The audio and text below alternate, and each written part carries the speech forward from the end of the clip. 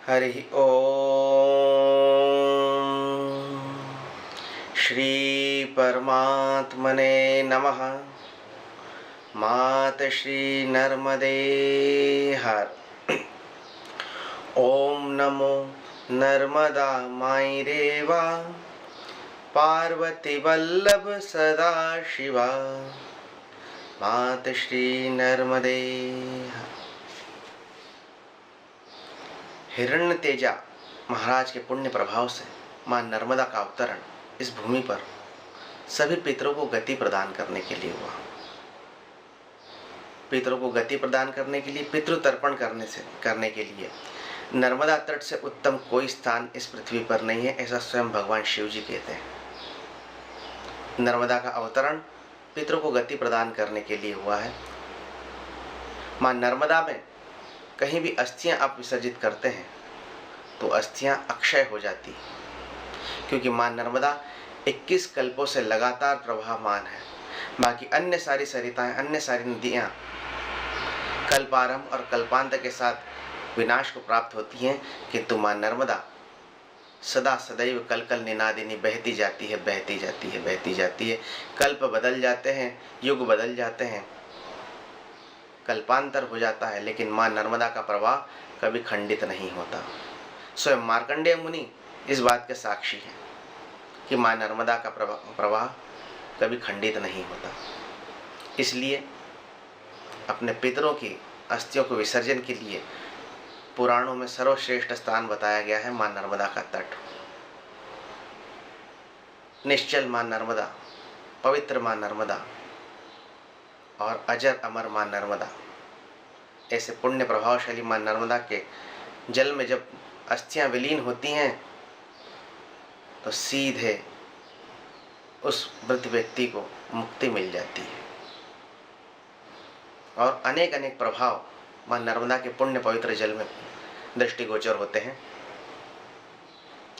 परिक्रमावासी जब परिक्रमा करते हैं, धीरे धीरे धीरे धीरे धीरे मां नर्मदा के तट पर 3200 किलोमीटर पैदल भ्रमण करते हैं, तो उन्हें अनेक अलौकिक अनुभव होते हैं, अनेक तीर्थों के दर्शन होते हैं।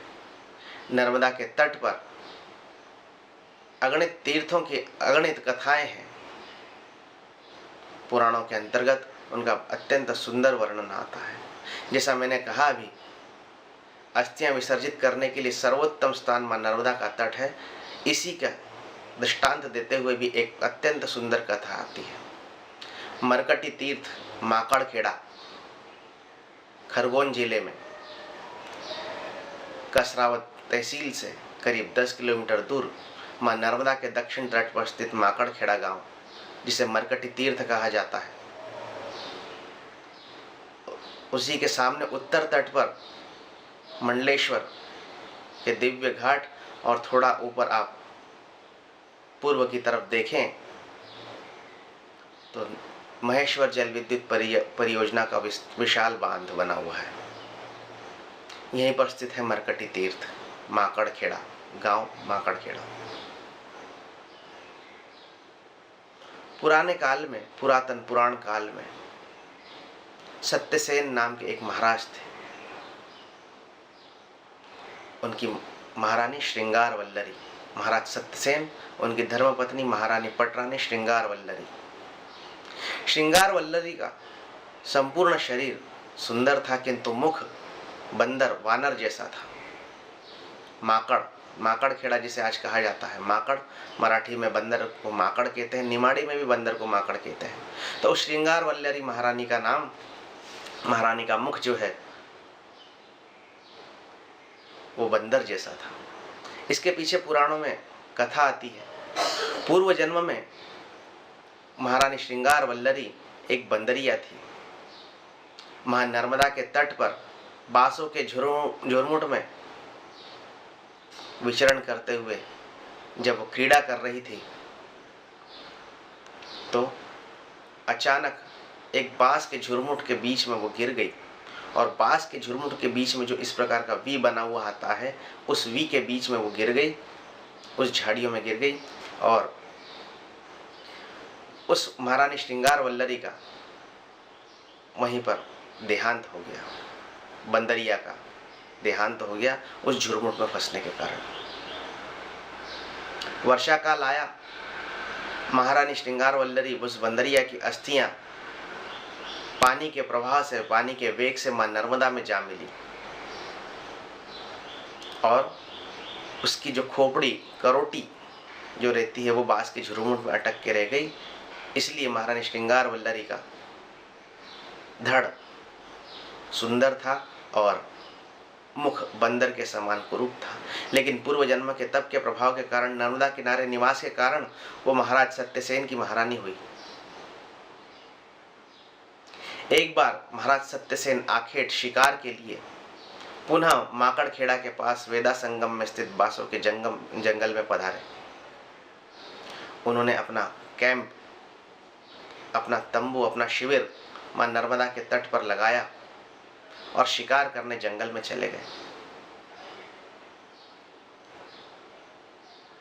महारानी श्रृंगार वल्लरी भ्रमण करते करते करते करते वन में, जब महाराज शिकार करने गए तो महारानी अपने सैनिकों के साथ वन में विचरण करते करते एक स्थान पर उन्हें कुछ याद आया और उन्हें अपने पूर्व जन्म का स्मरण हो गया। उन्हें अचानक याद आया कि पूर्व जन्म में वो एक बंदरिया थी और इस प्रकार से बांस के झुरमुट में क्रीड़ा करते समय, उछल कूद करते समय मेरी मृत्यु हुई थी। अस्थियां मां नर्मदा में विलीन हो गई थी, लेकिन खोपड़ी वहीं रह गई थी। तुरंत उन्होंने सैनिकों को आदेश दिया, पूरे जंगल में जाओ, बांस के झुरमुट में देखो कहीं आपको खोपड़ी की अस्थियां मिलती हैं क्या। सैनिकों ने ढूंढा और उन्हें महारानी श्रृंगार वल्लरी के पूर्व जन्म के बंदरिया के मुख की जो खोपड़ी मिल गई। महारानी श्रृंगार वल्लरी ने अत्यंत श्रद्धा भाव से उस खोपड़ी को भी मां नर्मदा में विसर्जित कर दिया और मां नर्मदा में उसकी खोपड़ी विसर्जित होते से ही एक अद्भुत चमत्कार हुआ। महारानी श्रृंगार वल्लरी का जो मुख बंदर के समान था, कुरूप था, वह भी अत्यंत सुंदर रूपवान अप्सरा की तरह हो गया। महाराज सत्यसेन जब आखेट से, शिकार से जब वापस आए और उन्होंने देखा, अपनी महारानी को अत्यंत सुंदर पाया और यही उन्होंने पूछा कि इस प्रकार का चमत्कार कैसे हुआ। तो महारानी श्रृंगार वल्लरी ने अपने पूर्व जन्म की कथा और जो